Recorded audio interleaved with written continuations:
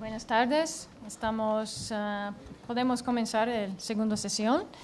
Yo soy Amy Bliss, la agregada cultural de la Embajada de Estados Unidos.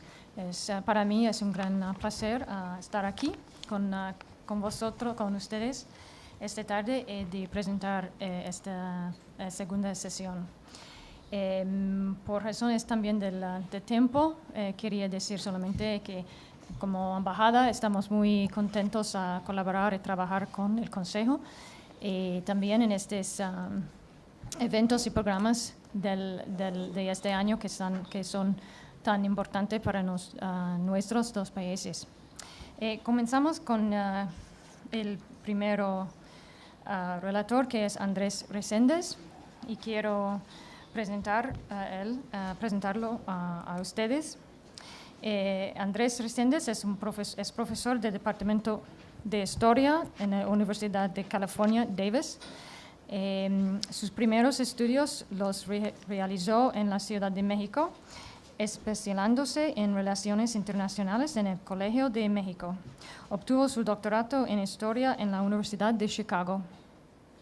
Sus principales líneas temáticas de investigación se refieren a la construcción de identidades étnicas y nacionales en América del Norte y al papel del Estado, los intereses económicos, la biología, la lengua y otros factores en la formación de esas identidades.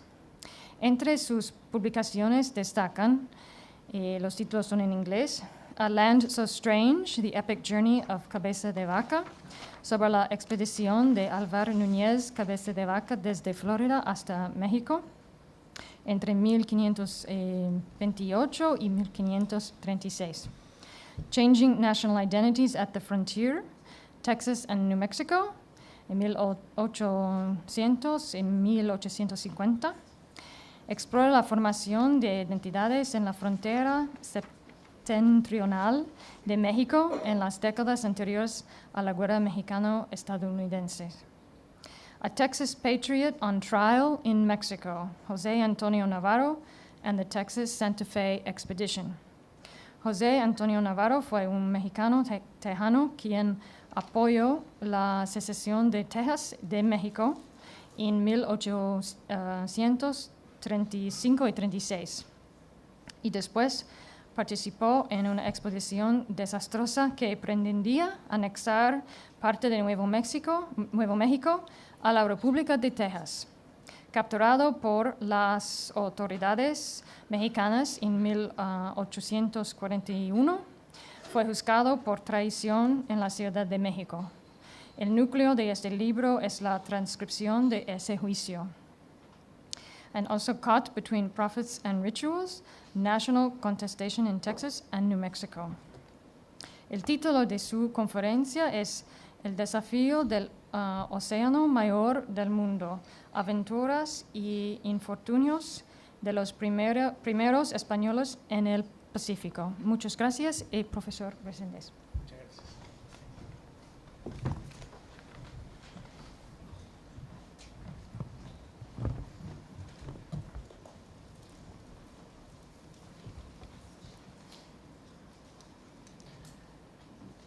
Bien, pues muchísimas gracias. Es un verdadero honor estar aquí con ustedes. No les puedo decir, para un mexicano que enseña asuntos de México y de España en Estados Unidos, pocas veces se tiene tan nutrida concurrencia y colegas que saben tanto del tema. Quiero agradecer a la Embajada de Estados Unidos, a Amy, al Consejo, a la Fundación, a la Casa de América, por darme esta oportunidad y que estoy muy contento de acompañarlos. Además, quisiera ser muy puntual. No queremos pagar platos rotos, como decimos en México, entonces voy a ir al grano en mi presentación para dar paso a las siguientes. Bueno, el Océano Pacífico es casi 2 veces más grande que el Atlántico. Cubre una tercera parte del globo terráqueo y supera en extensión a todos los continentes, es decir, todos ellos cabrían en él, como pueden ver ahí en esta figura. El tamaño del Pacífico nos da un primer indicio del reto, que fue conocerlo y navegarlo. Pero para los marinos del siglo XVI, españoles y portugueses, no era nada más un asunto de extensiones. La forma del gran océano representó también un desafío igualmente importante. El Atlántico serpentea, como pueden ver en esta imagen, entre los continentes europeo y africano por un lado y el americano por el otro. Y esta forma de S reduce la distancia que hay entre una y otra orilla, facilitando así su navegación. En cambio, la cuenca del Pacífico es de forma elíptica.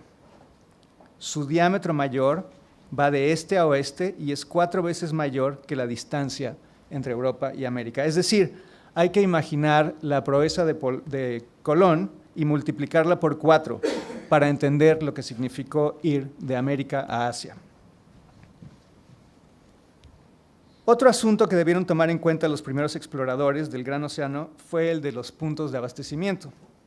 Colón, por ejemplo, se dirigió primero a las Islas Canarias antes de seguir su viaje hacia el Caribe.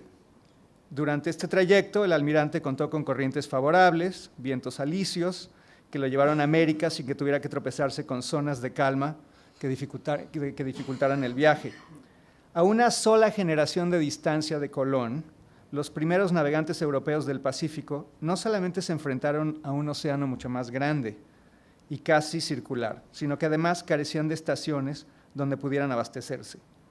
Una vez que zarpaban de las costas del Nuevo Mundo, estos intrépidos marineros debían cruzar el mayor océano del mundo y la región más solitaria del planeta con un conocimiento muy rudimentario de las corrientes, vientos, forma de sus costas y disposición de sus habitantes. Mi intención no es de ninguna manera de minimizar la hazaña del gran genovés, sino ponerla en perspectiva y situarla en relación a lo que vendría después. Fernando de Magallanes fue, desde luego, el primero en circunnavegar el mundo entre 1519 y 22, y por tanto el primero en cruzar de América a Asia, por el estrecho que lleva su nombre. Aún el día de hoy consideramos su viaje como un parteaguas en la historia de los descubrimientos, pero el costo humano de su empresa fue extraordinario. De las 5 naves que partieron de Sevilla, solo una de ellas regresó, con la quilla averiada y las velas hechas jirones, y de la tripulación inicial, que constaba de 237 hombres, solo 35 regresaron vivos.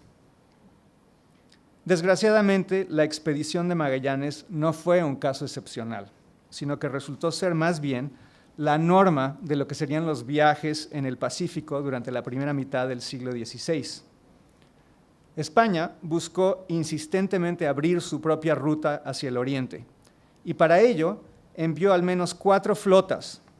Juan García Jofre de Loaiza en 25, no los quiero aburrir con los nombres, pero 4 flotas en esa primera mitad del siglo XIX, y las 4 acabaron en desastres.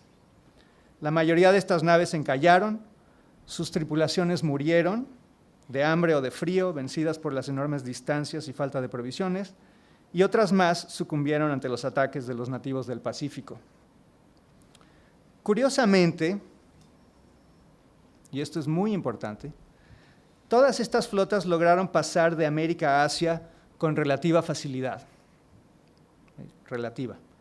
En el trayecto de ida, los barcos españoles contaban con la ayuda de 2 bandas de viento que pueden ver aquí en esta imagen, que les eran favorables. Una banda que corre encima del Ecuador y otra banda que corre debajo del Ecuador, y que van hacia el oeste, de este a oeste. Así que para ir de América a Asia, lo único que tenían que hacer los pilotos, bueno, lo único, entre muchas otras cosas, era colocar sus barcos en una de estas bandas y dejarse llevar por estas corrientes y estos vientos. Lo que debían de evitar es tratar de hacer este viaje justo en el Ecuador, donde no había vientos constantes. Así, de esta manera, estas expediciones llegaban con relativa facilidad, como decía. Pero una vez llegados a Asia, el retorno resultaba casi imposible.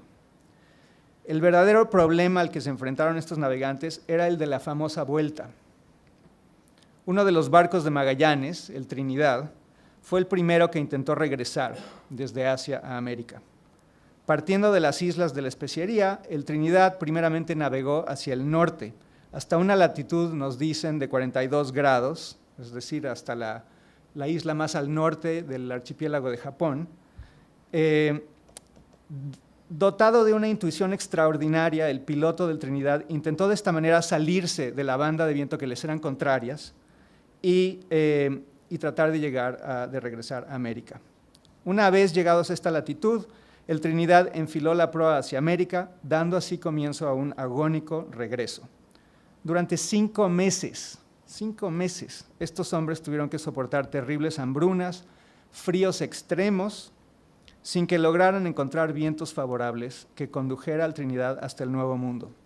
De los 50 tripulantes, unos 30 perecieron, derrotados por la falta de provisiones, vientos contrarios y prolongadas tormentas. Los pocos hombres que quedaban con vida desistieron al fin y optaron por regresar a Asia.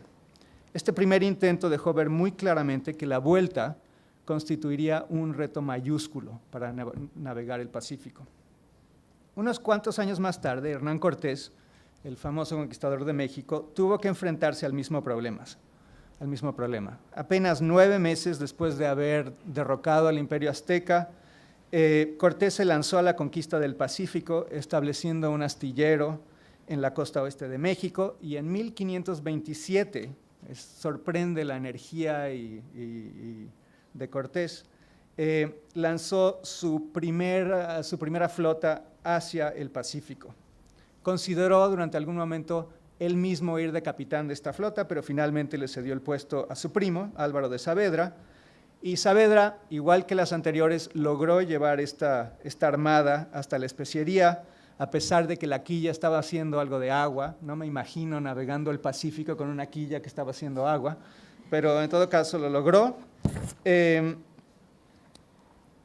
Y el mismo Saavedra intentó la famosa vuelta, el viaje de regreso. La carabela se sobrepuso a vientos contrarios, se remontó hasta una latitud de 26 grados al norte, en donde murió el capitán, y todavía hasta los 30 grados antes de que los tripulantes se dieran por vencido y finalmente regresaran a Asia, igual que los anteriores. Quizá el intento de retorno mejor documentado es el de la expedición de Ruy López de Villalobos de 1542. A fines de ese año, unas 6 naves y 400 hombres partieron de las costas mexicanas y llegaron a Asia sin mayores contratiempos. La flota hizo por lo menos 6 intentos distintos por regresar al Nuevo Mundo. En el 7º intento, el capitán de la flota enfermó y terminó muriendo en brazos de Francisco Javier, un jesuita originario de Navarra, quien más tarde sería canonizado por sus actividades misioneras en Asia. El jesuita sacó una lección muy clara de esta experiencia, y lo cito: «Es necesario decirle al emperador que ya no envíe más armadas desde Nueva España a descubrir estas islas, porque tantas de ellas se han perdido». Así que para la década de los 1550, 2 generaciones de marineros y exploradores habían naufragado a todo lo largo y a todo lo ancho del Pacífico. Bueno, no a todo lo largo, pero a una buena parte del Pacífico. Solo quedaban unos cuantos sobrevivientes de estas duras travesías y persistían algunas ideas de los vientos y las corrientes dominantes en el Pacífico. Así que Felipe II echó mano de estos veteranos para enviar una nueva expedición que lograra al fin descubrir el secreto del retorno de Asia a América. Uno de estos sobrevivientes era Andrés de Urdaneta, un fraile y cosmógrafo de más de 60 años, un verdadero anciano para los estándares del siglo XVI, ¿verdad? En su juventud, Urdaneta había ido en una expedición que partió de La Coruña en el año de 1525, cruzó por el Estrecho de Magallanes, atravesó el Pacífico y llegó un año después a las islas de la Especiería. La mayoría de los compañeros de Urdaneta murieron durante este largo periplo. Unos cuantos se mantuvieron con vida en aquellas islas durante casi 10 años, hasta que una flota portuguesa los llevó de regreso a Europa, pero por vía de India y de la India y de África. Y de esta manera Urdaneta y sus compañeros que sobrevivieron se convirtieron en el segundo contingente que le diera la vuelta al mundo. Después de esta experiencia, Urdaneta viajó a México, donde pasó algunos años como soldado y cosmógrafo, y en 1553 optó por una vida más contemplativa, tomando el hábito en un convento agustino en la Ciudad de México. Pero en 1559, unos años más tarde, Felipe II interrumpió el retiro tranquilo de Urdaneta, asignándolo a otra expedición de vida o muerte por el Pacífico. Otro sobreviviente de esta expedición, y que va a ser el protagonista de este relato que les voy a hacer muy breve, era un marinero llamado Lope Martín, originario del Algarve, en la costa sur de Portugal. Esta es una zona eminentemente marítima donde los esclavos africanos y sus descendientes hacían los trabajos más duros de las flotas que organizaban tanto España como Portugal hacia las Indias. Lope Martín debió iniciarse desde muy pequeño en este difícil entorno, cargando barriles de agua, subiéndose a los mástiles o arreglando velas. Desde el principio, Lope Martín debió dar muestras de sus extraordinarios dotes para la navegación. Por algo lo escogieron como uno de los marinos de la expedición de 1525 que les estaba contando, y el hecho de haber sido uno de los sobrevivientes de esta expedición hicieron que a su regreso Lope Martín fuera mucho más valioso que un simple marinero. A su regreso, Lope Martín ya no era un simple marinero. Su experiencia y talento natural le ayudaron a seguir avanzando en su profesión hasta alcanzar la cima, que era la de ser piloto. Su carrera es extraordinaria si tomamos en cuenta que la inmensa mayoría de los pilotos de aquella época eran blancos, cristianos, cristianos viejos, de buenas familias. Además, para mediados del siglo XVI, y desde antes incluso, el oficio de piloto se había vuelto muchísimo más técnico. Había que poder usar cartas portulanas, como las que les estoy mostrando. Había que saber usar el astrolabios, había que saber determinar la latitud, incluso en alta mar, es decir, navegar por alturas. Todo esto lo debió haber demostrado Lope Martín hasta, como les digo, convertirse en piloto, y tan ducho era que el rey Felipe II lo nombró como piloto de uno de los barcos que iban a ir en esta misión para lograr los secretos de la navegación en el Pacífico. Así que una cuadrilla de carpinteros trabajó durante 4 años construyendo 2 naos y 2 patajes. Este es la barra de Navidad. Abajo en su pantalla a la derecha pueden ver Acapulco, es un puerto que todavía existe hasta el día de hoy. Aquí fue donde trabajaron estos. Era un lugar muy poco práctico, había que llevar los maderos en carreta porque no había madera muy inmediata, la mano de obra era carísima. La idea era que se mantuviera un poco en secreto esta expedición. Ni siquiera el capitán de la expedición, un hombre adinerado de origen vasco llamado Miguel López de Legazpi, sabía exactamente bien a bien en qué consistía su misión, o bien a bien a dónde iba a ir. Se enteró solamente después de que sus 4 naves hubieran zarpado del puerto de Navidad el 19 de noviembre de 1564 y se hubieran adentrado 100 leguas en el Océano Pacífico. Solo entonces el capitán Legazpi pudo romper el sello real y abrir el sobre que contenía sus instrucciones secretas. La flota debía ir a las Islas del Poniente, como se llamaba, establecer una base en las Filipinas, procurar canela y otras especias, y por último, casi como una ocurrencia tardía y sin importancia, debían regresar a las costas de América con estas muestras. Legazpi, en alta mar, convocó a los capitanes, pilotos, frailes y otros hombres principales de esta flota, juntándolos a todos en la nao capitana para comunicarles la misión. Entre ellos estaban desde luego Urdaneta, el cosmógrafo y fraile del que les había hablado, y Lope Martín. No sabemos exactamente qué se dijo en esta reunión, pero de los eventos posteriores sabemos que había un cierto grado de confianza de que en esta ocasión se iban a poder lograr el regreso desde Asia hasta América. Una vez concluida la junta, Los pilotos y capitanes regresaron a sus respectivas naves y a todos los tripulantes les quedaba muy claro que lo verdaderamente difícil no iba a ser llegar, sino iba a ser el regreso. Les decía que habían 4 barcos en esta expedición, 2 naos y 2 patajes o pataches, a veces también les llaman, que son barcos mucho más pequeños. Este patache, uno de los cuales era piloteado por Lope Martín, tenía un peso de unas 20 toneladas en comparación de las naos, que eran muchísimo más pesadas, 2 velas, entonces era muchísimo más rápido. Este patache de Lope Martín, de nueva cuenta, para subrayar la confianza que le tenían a este piloto mulato, era el que iba a ir adelante, marcando el rumbo de las otras naves. Él era el que iba a ir navegando hasta arriba. Sin embargo, fue avanzando, fue sacando distancia a las 3 naves que se quedaban atrás, y finalmente el 1 de diciembre de 1564 se perdió de vista al tiempo que comenzó una tormenta en medio del Pacífico.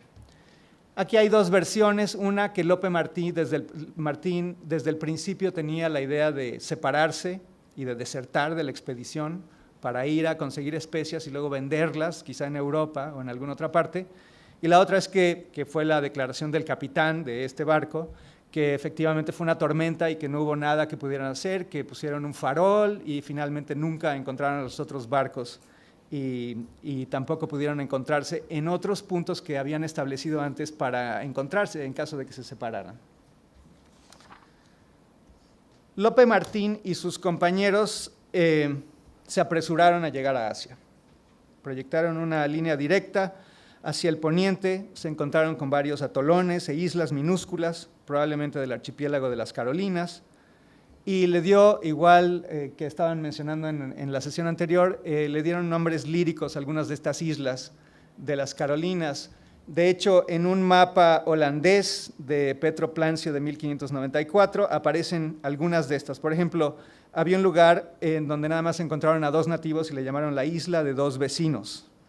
En otra había una isla que le llamaron Isla de Nadadores o de los Nadadores, porque un grupo de isleños se vinieron a nado con codicia de que les diéramos de lo que traíamos, y estábamos a más de 1 legua de distancia. Y aquí, si pueden ver, no sé si pueden leer, pero ahí, en esta zona, aquí está la Isla de los Nadadores.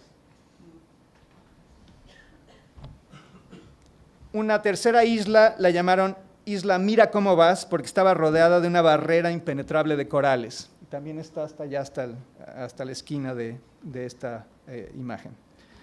Así pues, el 29 de enero de 1565, los tripulantes del San Lucas finalmente avistaron una tierra diferente de las anteriores, mucho más alta y extensa. Era la isla de Mindanao, en las Filipinas. La isla más al sur, que pueden ver y más grande es esta. En pocos días la tripulación rescató jengibre y canela, y una vez adquiridas estas especias, el mulato Lope Martín y sus compañeros hicieron leña y agua suficiente para guardar la llegada del resto, o eso es lo que declararon, pero nunca tuvieron noticias de los demás. Así que empezaron a contemplar la arriesgadísima vuelta por su cuenta. Algunos de los tripulantes de este patache, o de este pataje, se insubordinaron argumentando que se encontraban apenas a 20 leguas de las islas del Maluco, que estaban pobladas de portugueses, mientras que había 2.000 leguas, unas 8.000 millas, 8.000 kilómetros, hasta el regreso a la Nueva España. Entonces, hubiera sido infinitamente mucho más fácil ir hacia las zonas que estaban pobladas de portugueses. No obstante, el domingo de Pascua de 1565, el San Lucas comenzó el retorno a América con la nave más pequeña y desprovista de toda la historia de las expediciones europeas del Pacífico. Fue un trayecto en extremo difícil y lleno de extraños peligros y portentos. El pataje estaba infestado de ratones, los cuales, muertos de sed, lograron roer 2 de las 8 pipas de agua, causando su pérdida en menos de 2 horas. Había que hacer guardia día y noche con antorchas para mantener las demás pipas que tenían, la poca agua que les quedaba. Hubo también un motín en alta mar. Por órdenes del piloto Lope Martín, 2 hombres fueron lanzados al mar cuando todavía estaban vivos, Y también fue un viaje lleno de portentos. Por ejemplo, los tripulantes del San Lucas reportaron lo que llamaron pejes puercos del tamaño de una vaca, reportaron una columna natural en medio del océano, que probablemente se trata de esta imagen que les pongo ahí, un islote conocido como la esposa de Lot. También reportaron un frío infernal, y recuerden, estamos hablando de junio, estamos hablando de más o menos esta época, no debía haber habido tanto frío, incluso en el Pacífico Norte, pero reportaron que teníamos una bota de aceite, y lo estoy citando, y se heló de tal manera que si no fue puesta a fuego, no quería salir. Y aún así salía a pedazos como manteca. Con todo, Lope Martín y sus compañeros lograron lo imposible: viajar 19,000 kilómetros, remortarse hasta una latitud de 43 grados, hasta donde no había más mar en la carta de navegación, y regresar a América no en una nao bien aprovisionada, sino en una lancha infestada de ratas. El arribo de San Lucas a las costas de México provocó un gran júbilo imposible de contener. Todos se maravillaban de las muestras de jengibre y de canela y de las historias de todos esos lugares tan extraños. Y nadie, desde luego, perdía de vista las posibilidades comerciales que se antojaban ilimitadas. ¿Cómo estamos de tiempo? ¿Cuánto tiempo me queda? 15 minutos. Perfecto. En la Ciudad de México, el virrey y sus colaboradores al principio celebraron el gran éxito del San Lucas, pero su entusiasmo disminuyó considerablemente unas semanas más tarde con la llegada de otro barco de la Armada de Legazpi, conducida por Urdaneta. El fraile y cosmógrafo también había logrado regresar de Asia a América, pero su desilusión fue grande al enterarse que el mulato, Lope Martín, se le había adelantado en realizar esta hazaña. Urdaneta y algunos otros acusaron a Lope Martín de haberse separado deliberadamente del resto de la Armada, y como sabemos hay evidencia suficiente quizá para pensar que este fue el caso. Y el cargo de deserción era muy grave. Y encima de todo esto, se empezaron a saber noticias de algunos despilfarros que había hecho. Cuando regresó Lope Martín, inmediatamente lo pusieron de capitán de una nueva expedición que iba a regresar a Asia para aprovisionar a los que se habían quedado en las Filipinas, y le adelantaron 11,000 ducados, una fortuna en aquella época, para que arrendara o comprara un nuevo barco y contratara una nueva tripulación. Y entre esos 11,000 ducados empezó a gastar algo, a malversar algunos fondos, y también lo acusaron entonces de fraude por estos gastos. Un grupo de oficiales vieron su caso de todas estas acusaciones, lo investigaron y lo condenaron a sufrir la pena máxima. Pero, como la nueva expedición a las Filipinas ya estaba lista para zarpar y no había otro piloto de la talla de Lope Martín, las autoridades dieron con una fórmula que parecía salvar todos los problemas. En vez de ejecutar al piloto en la Nueva España, su sentencia de muerte sería dada en sobre cerrado a un notario que iría en la nueva expedición. El sobre debía ser abierto hasta llegar al destino final. Y así, de esta forma, el Imperio Español planeaba pagarle a Lope Martín por todos sus servicios con una horca en las Filipinas. El plan era estupendo, salvo por un solo detalle: el mulato logró enterarse del contenido del sobre. El viaje que dio comienzo en Acapulco en mayo de 1566 fue un caso aparte. Un solo galeón, el San Jerónimo, con unos 150 pasajeros y lleno de provisiones, debía ir lo más rápidamente a las Filipinas para sustentar a los pobladores que se habían quedado con Legazpi. Sin embargo, el viaje resultó muchísimo más accidentado que lo planeado. Uno de los miembros de este viaje escribió: aunque vivieran Homero y Virgilio, tuvieran que esmerarse y emplear su habilidad y pluma para debidamente encarecer las grandes destrucciones, muertes, lloros, suspiros, prisiones, trabajos, tardanzas, aflicciones y finalmente las calamidades y naufragios intolerables que se pasaron. Estoy simplificando un poco, había básicamente a bordo del galeón dos grupos. Uno consistía de soldados españoles, varios de ellos eran conquistadores y veteranos de las guerras civiles de Perú y de Chile, y el líder de este grupo era un tal Ortiz de Mosquera, antiguo compañero de armas de los Pizarro. El otro grupo estaba constituido por 2 o 3 decenas de marineros, el alma del galeón San Jerónimo, y su líder nato, desde luego, era Lope Martín, quien había contratado a todos ellos. Las lealtades al interior de este grupo eran muy fuertes. Los unía no solo la raza, varios de ellos eran mulatos, igual que Lope Martín, varios de ellos eran portugueses, como Lope Martín, aunque se discute el origen exacto de Lope Martín. Y los unía una consideración más grande, que era que ellos eran de los pocos navegantes que en ese momento podían ir hasta Asia, rescatar especias y luego ir a donde quisieran a venderlas y volverse ricos instantáneamente. En otras palabras, Lope Martín y sus compañeros tenían todo que ganar con desobedecer sus órdenes y tenían todo que perder si obedecían sus órdenes.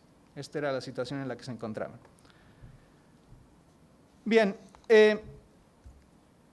para colmo de males, el capitán del San Jerónimo, y no me quiero extender mucho, era un hombre taciturno de Málaga llamado Pero Sánchez Pericón, quien contaba con muy pocos aliados en el barco.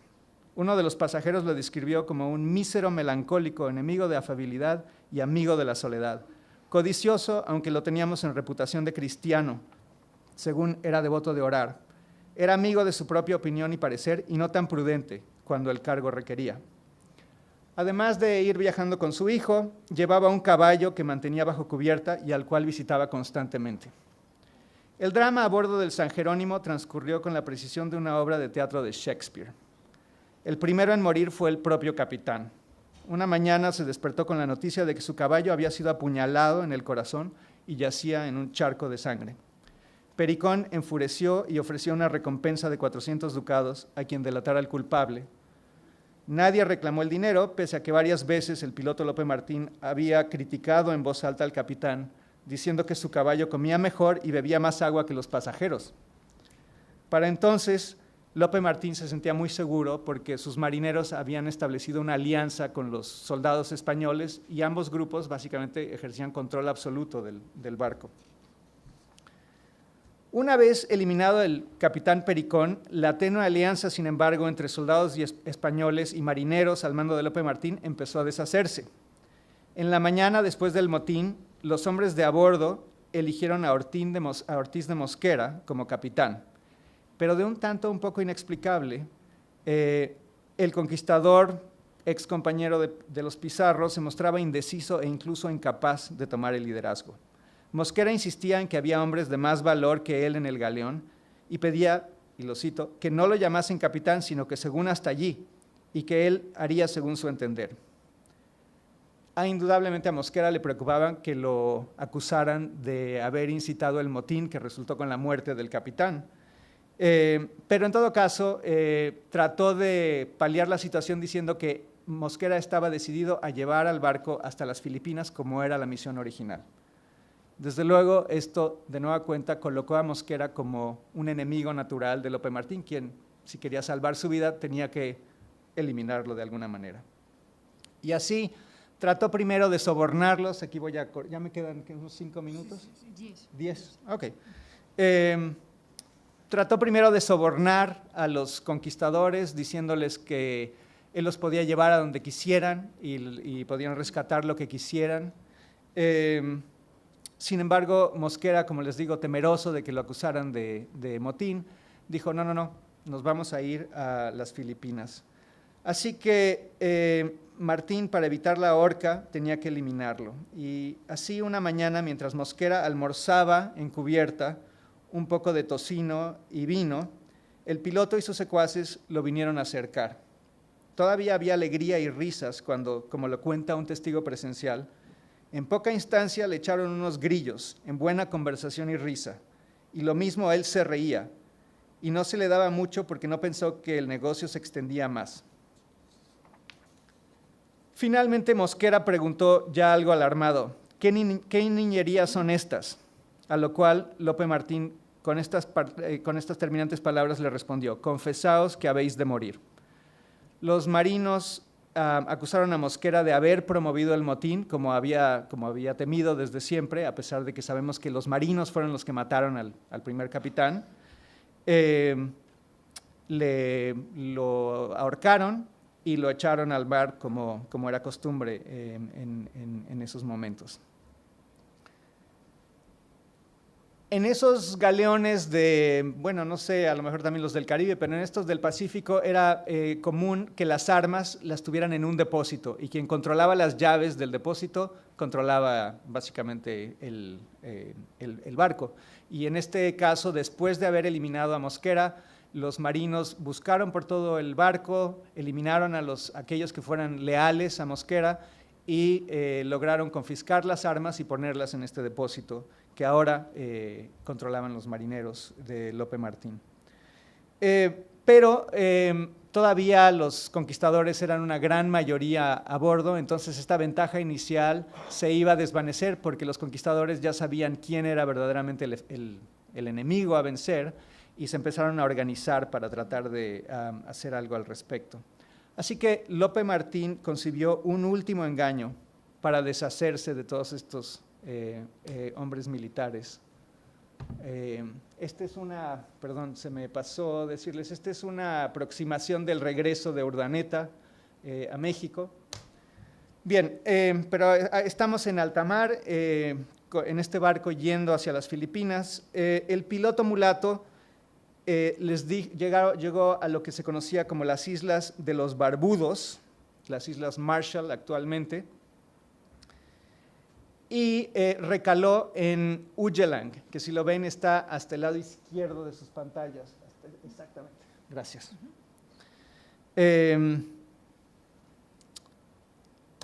Actualmente hay muy pocas imágenes en internet de Ugelang, pero esta es una, como se puede ver, es una especie de laguna tranquila en medio, que cambia de color el agua, en medio del Océano Pacífico, en medio del Pacífico literalmente. Y lo que les dijo es que todos tenían que bajar de a bordo para hacer algunas reparaciones que requerían hacer el barco, moverlo hacia un lado para trabajar en la quilla. Para darles confianza, el propio Lope Martín se bajó del barco y dejando ciertamente algunos de sus compinches a bordo, pensando que así convencería a la mayoría de los conquistadores a bajarse. Fue un costosísimo error, sin embargo. Un piquete de soldados españoles que permaneció a bordo del San Jerónimo logró finalmente sorprender a los pocos marineros que quedaban y retomaron el control del barco. Rápidamente expulsaron a los marineros del barco, abrieron el depósito de armas, distribuyeron las espadas y las pistolas, y de esta manera los papeles habían cambiado. Ahora los españoles estaban en control del barco, los marineros estaban debajo, en la tierra estaban también bien armados los marineros, y durante 4 días estuvieron negociando quién podía subir, quién debía bajarse. Los marineros se habían quedado en control de las cartas de navegación, entonces los soldados negociaron que les dieran las cartas de navegación a cambio de que les dejaran más comida, porque claramente los iban a dejar abandonados ahí. Y después de estos 4 días de negociación, finalmente se hicieron al mar, no sé cómo llegarían, quién haría de piloto del San Jerónimo, y finalmente, efectivamente, el galeón se perdió en la distancia. Lope Martín y sus compañeros se quedaron, 25 de sus compañeros se quedaron en Ugelang, o lo que pudo haber sido Ugelang. Todos ellos, todos estos 26 individuos eran navegantes expertos, bien armados y en una isla con agua y comida abundante. Aunque la evidencia no es contundente, algunos indicios nos hacen suponer que los marineros abandonados en Ugelang lograron sobrevivir durante muchos años. 40 años después, un nativo de la zona fue apresado durante la expedición de Quirós de 1606. Cuando le preguntaron por sobrevivientes europeos, el nativo apuntó a distintas partes en el horizonte y contó con sus dedos varias veces y terminó diciendo Martín Cortal. Después de todas sus aventuras, el piloto mulato no logró alcanzar sus sueños de riqueza llevando especias a Europa como era su plan original, pero tal vez vivió sin grandes sobresaltos en medio del enorme océano que él supo navegar por primera vez. Muchísimas gracias.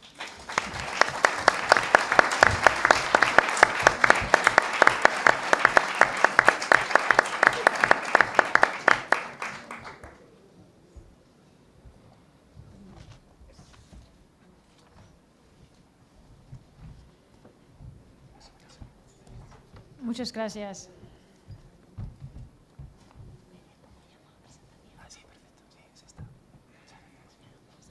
Y ahora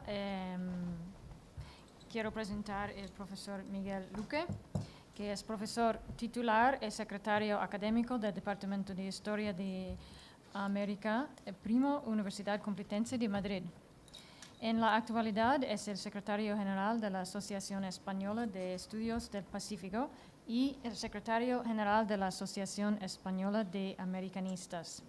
Es miembro de los consejos asesores o de redacción de varias revistas científicas españolas y mexicanas, así como miembro de varias y prestigiosas asociaciones de historiadores nacionales y extranjeras.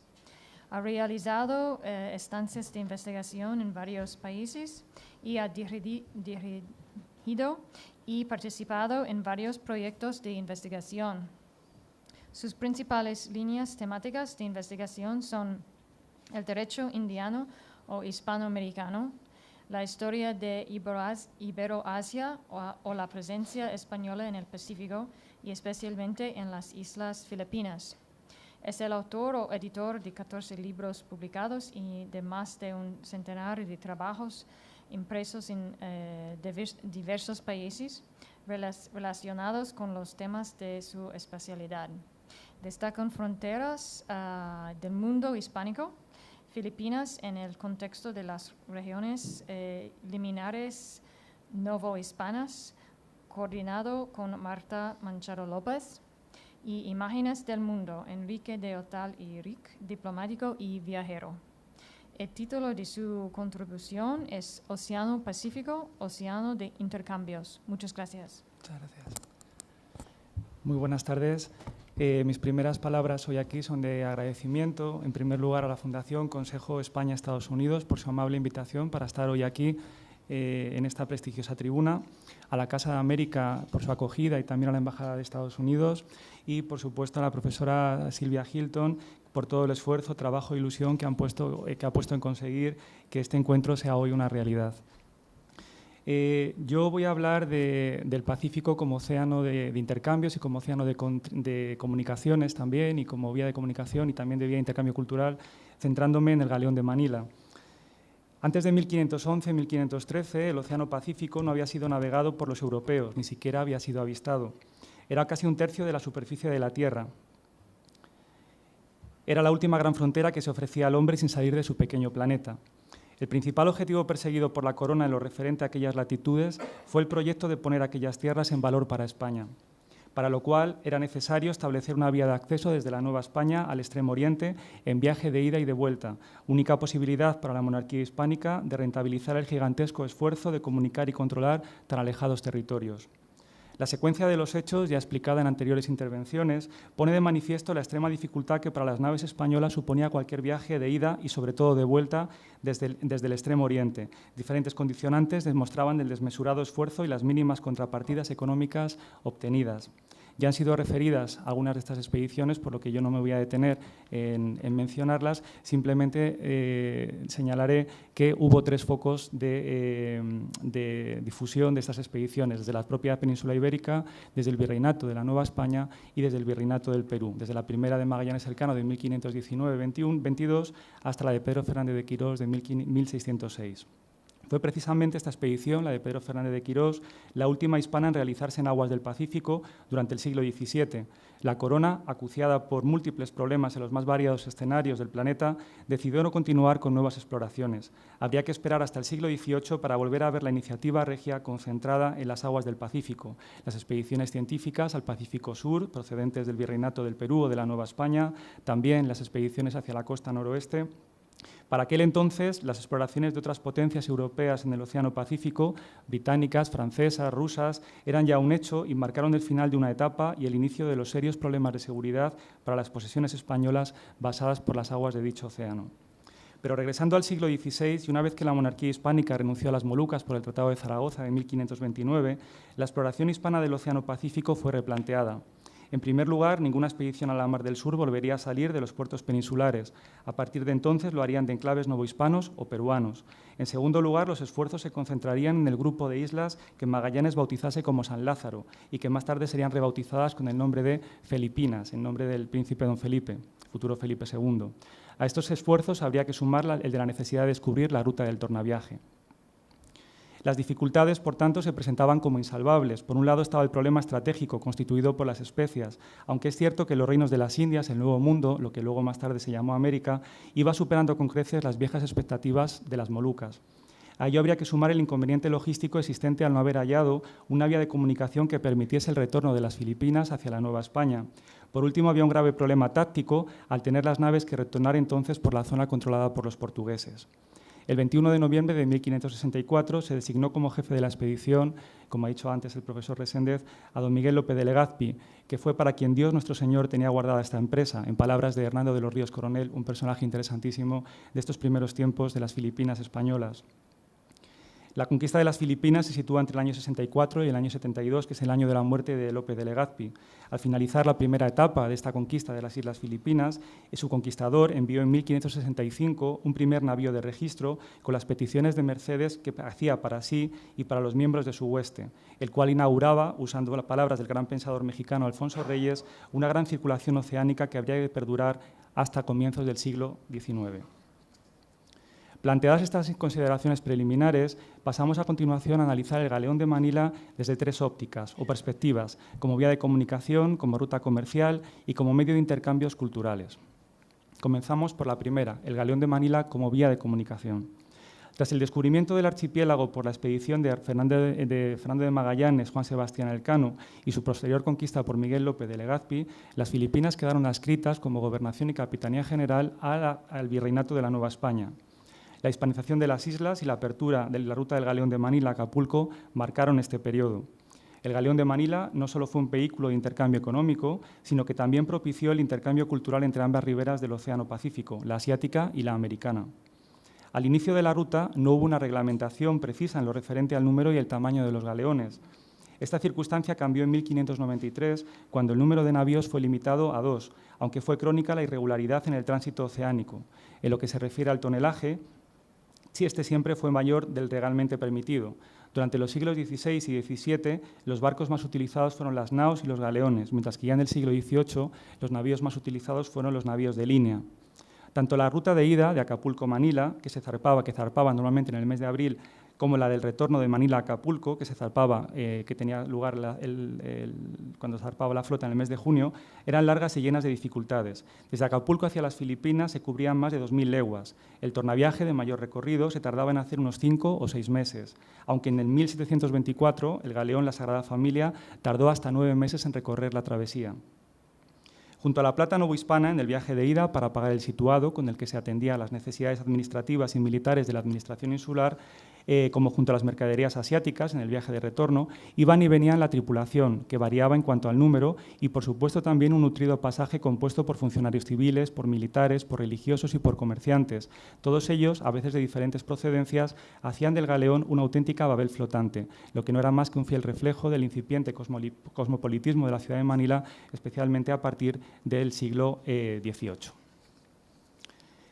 El galeón de Manila, visto también como ruta comercial, nos lleva a hablar de Manila. Manila, la capital del archipiélago, la capital insular, donde convergían numerosísimas rutas comerciales procedentes de toda Asia, procedentes de lugares tan conocidos como Bengala, como Cantón, como Ceilán, como Coromandel, como Java, como Macao, como la costa Malabar, como las propias Molucas, como Siam, con las cuales se nutría el cargamento del galeón en su viaje hacia la Nueva España.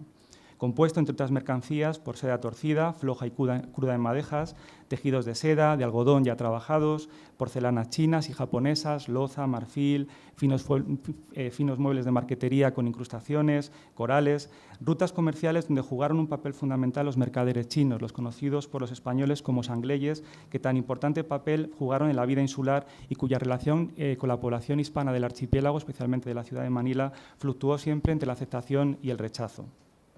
Don Antonio de Morga, que fue oidor de la audiencia de Manila, que llegó a las Filipinas en 1595, dice a este respecto: a la bahía y río de Manila acude todo el golpe de navíos de China, de Japón, de Maluco, de Borneo, de Siam, de Malaca y de la India, que vienen a las Filipinas con sus mercaderías y contrataciones. Los productos asiáticos eran luego vendidos fundamentalmente en el puerto novohispano de Acapulco, cuya feria era uno de los acontecimientos económicos del año en el Virreinato de la Nueva España, que es donde casi se quedaba todo el cargamento de ese galeón. Parte de dichas mercancías luego eran vendidas al por menor en el Parián de la Ciudad de México, conservado hasta bien entrado el siglo XIX y de que conservamos bastantes representaciones pictóricas.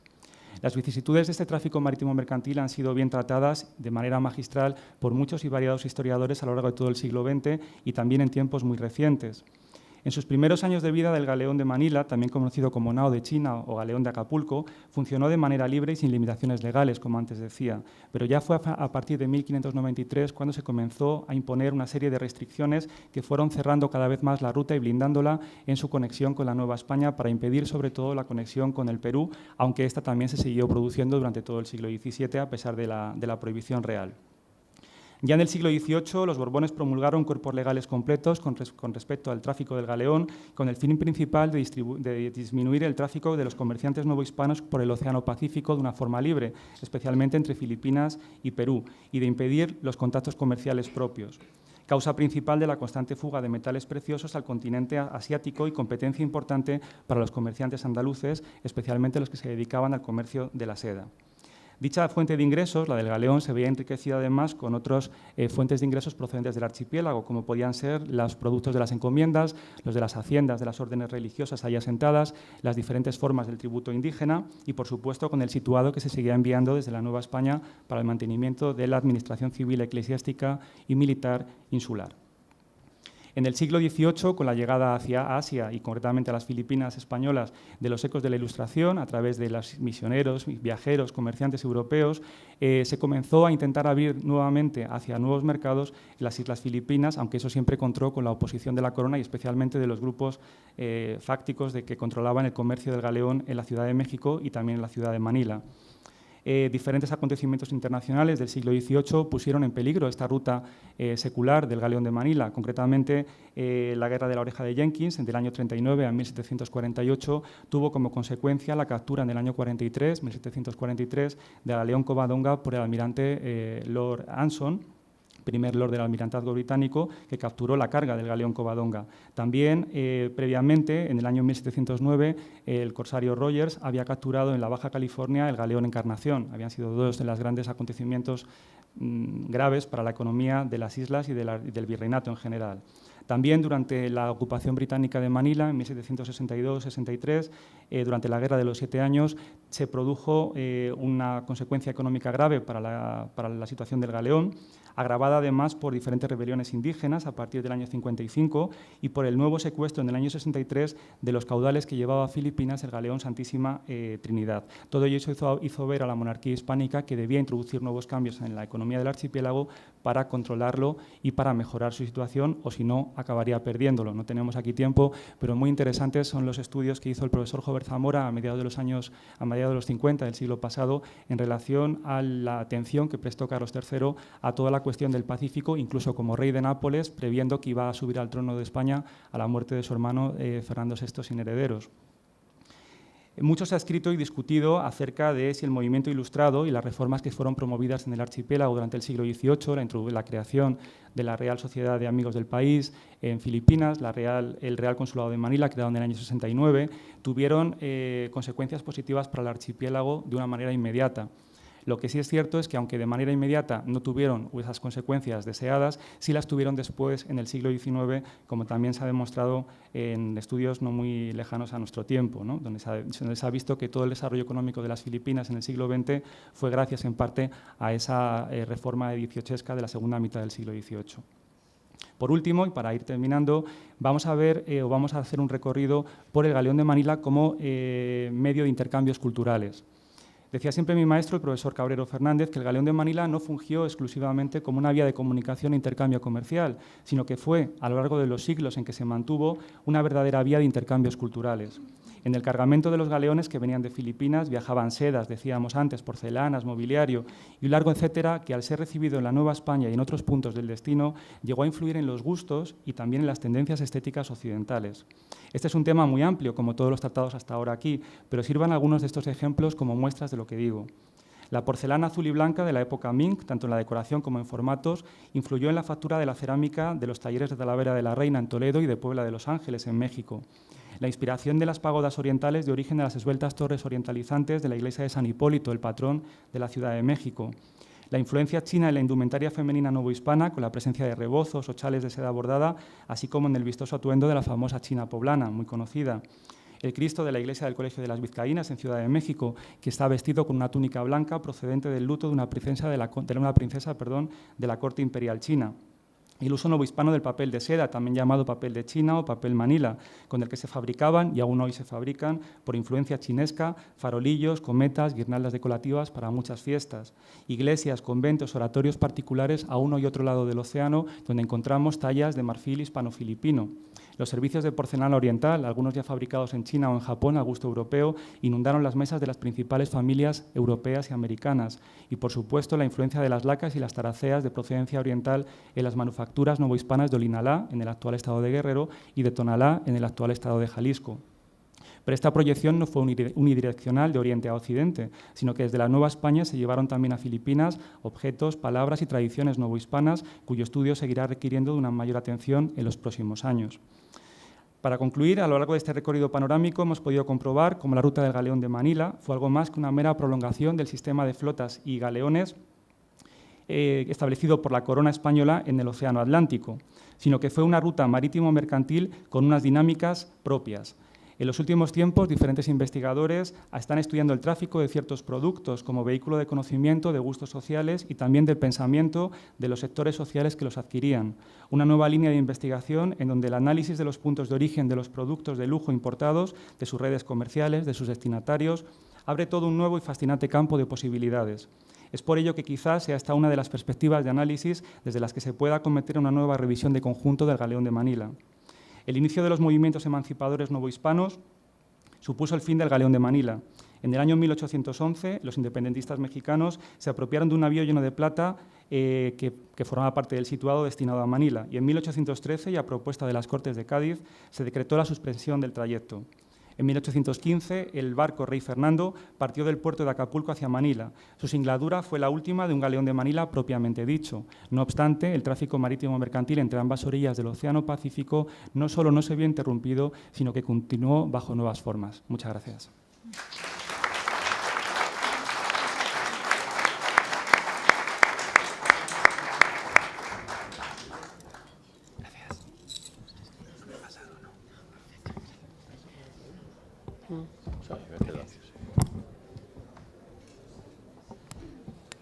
Muchas gracias.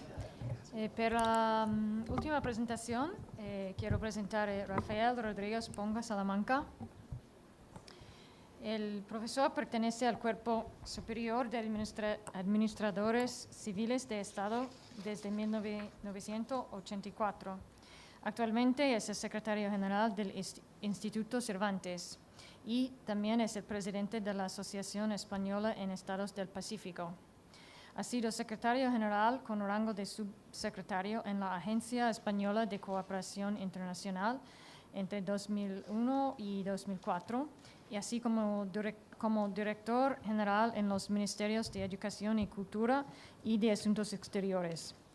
En ejercicio de estos cargos, formó parte del Consejo de Administración del Instituto Cervantes desde 1996 hasta 2001, del Consejo General de la Emigración, del Consejo Escolar del Estado, del Consejo de Cooperación al Desarrollo, del Consejo Acobeo, de la Academia de España-Roma, de la Casa de América y de otros órganos de participación social. Hasta su incorporación a la Secretaría General del Instituto Cervantes, ha sido diputado del Grupo Popular por Madrid y Cáceres en las 9 y 10 legislaturas y portavoz de la Comisión de Cultura del Congreso. Además, es miembro de la Junta Directiva Nacional del Partido Popular. Se doctoró en Filología Hispánica por la Universidad Complutense y está especializado en estudios lingüísticos y culturales españoles en Asia y el Pacífico. Ha sido profesor y conferenciante en numerosas universidades y otras instituciones, tanto en España como en todo el mundo. Es miembro del Consejo Asesor de Univoz, Revista de Lenguas Indígenas y Universos Culturales, y del Consejo de Redacción de la Revista Española del Pacífico.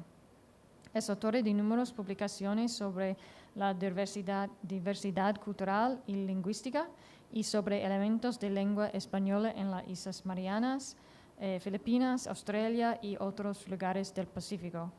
Entre sus libros destacan El elemento español en la lengua chamorra, De español al chamorro, lenguas en contacto en el Pacífico, que fue declarado Libro de la Semana por el Instituto Cervantes, y también recientemente ha publicado un artículo sobre Núñez de Balboa y el Océano Pacífico en política exterior. El título de su intervención es Lo que el Pacífico aporta a nuestras vidas desde 1513. Muchas gracias, profesor. Muchas gracias y buenas tardes, y muchas gracias, embajador, por la invitación a estar aquí esta tarde con ustedes para hablar del Pacífico, pero entiendo que para hablar de las relaciones de España con el Pacífico y también de las relaciones de España con Estados Unidos a través del Pacífico. Y dado que en esta mesa hay representantes nada menos que de Estados Unidos, de México y de España, pues voy a referirme a un lugar del Pacífico donde los tres países confluyen, que son las Islas Marianas. Las Islas Marianas, que son las que están en un mapa, bueno, por ahí, se han visto muy bien antes en los mapas anteriores.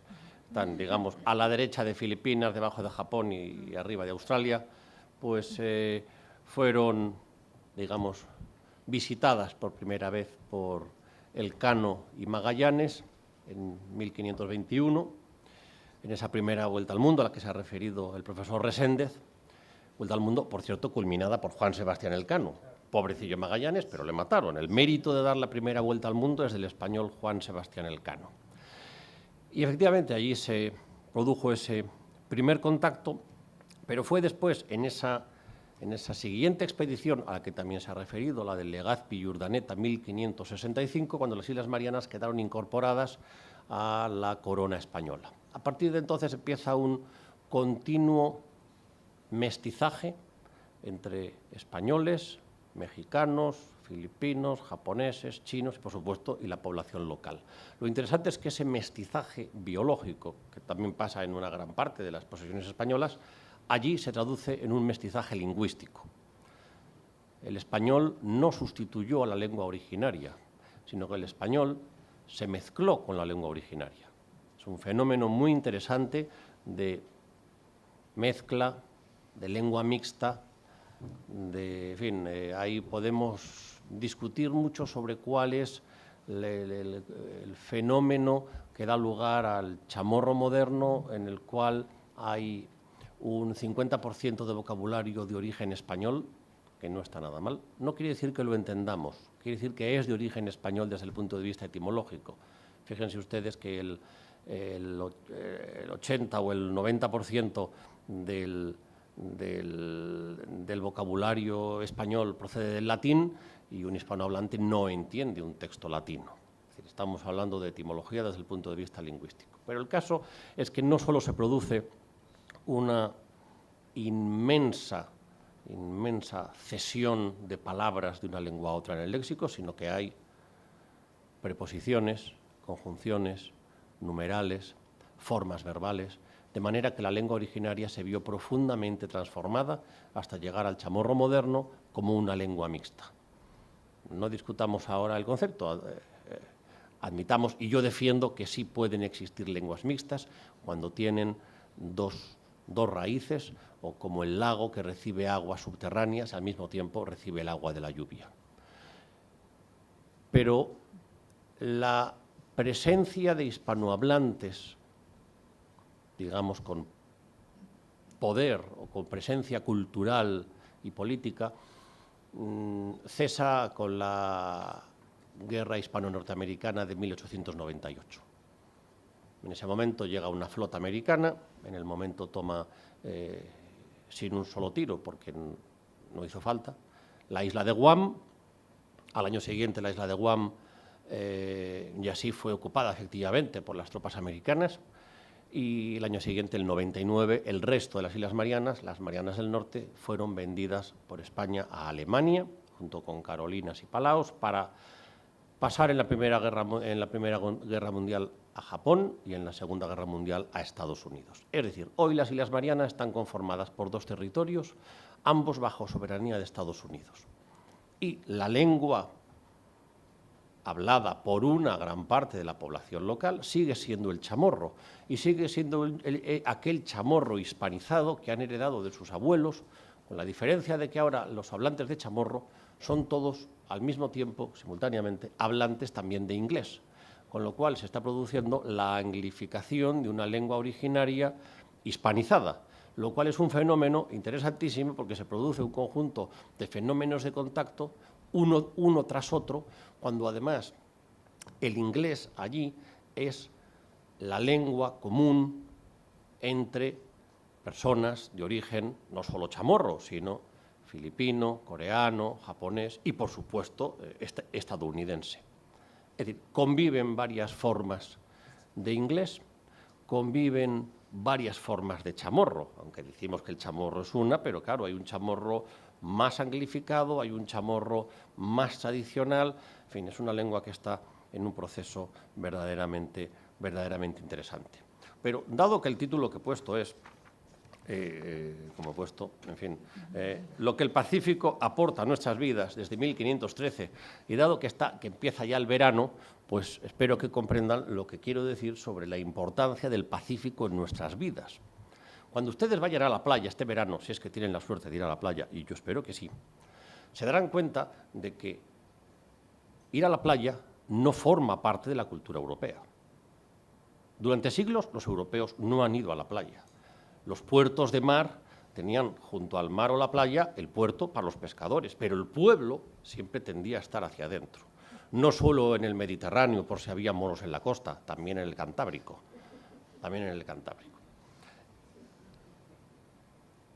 Primer rasgo cultural, creo que procedente de tierras muy lejanas, bañarse en el mar.